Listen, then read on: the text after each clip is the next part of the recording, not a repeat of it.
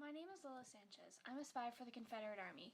I have two brothers, Emmanuel and Henry, and two other sisters, Panchetta and Eugenia. Before I was born, my parents lived in Cuba and immigrated to the east bank of the St. Johns River in Palatka, Florida.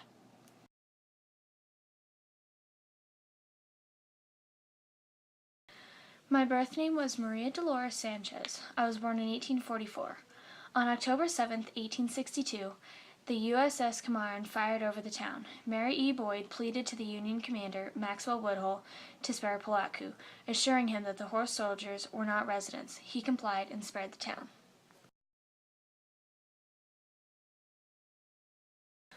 When the Union occupied my town, there was a leak of classified information about their plans reaching the Confederate forces.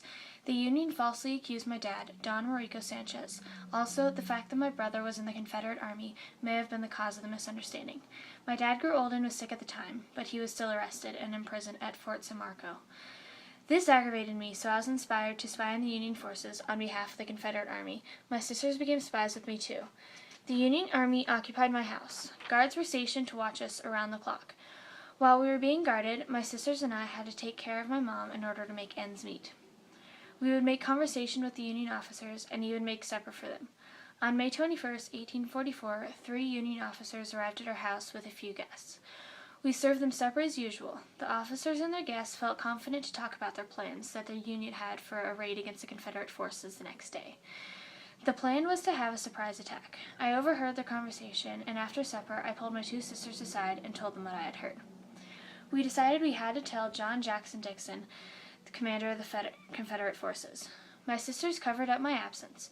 I traveled alone on horseback to the Confederates. I told Captain Dixon, and he was grateful, and he prepared the troops. I then returned home.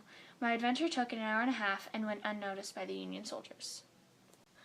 Captain Dixon and his men set a trap across the St. Johns River. On May 22nd, when the Union went to attack the Confederates, to their surprise, the Confederates ambushed them. This became known as the Battle of Horse Landing. The Union commander, Colonel William H. Nobles, was taken prisoner. The rest of the Union soldiers were either taken captive or killed. The Confederates also captured a Union pontoon boat and renamed it the Three Sisters after my sisters and me. My sister Panchetta and I decided to plead for our dad's release from prison.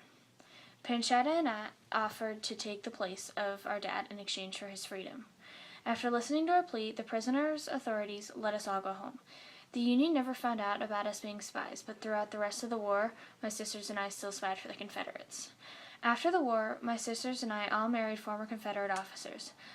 I married Emmanuel Lopez, and we had a daughter named Leonica Lopez. We remained in Florida. I died in 1895, and I'm buried at All Souls Parish Catholic Cemetery in Palatka, Florida. Thanks for listening.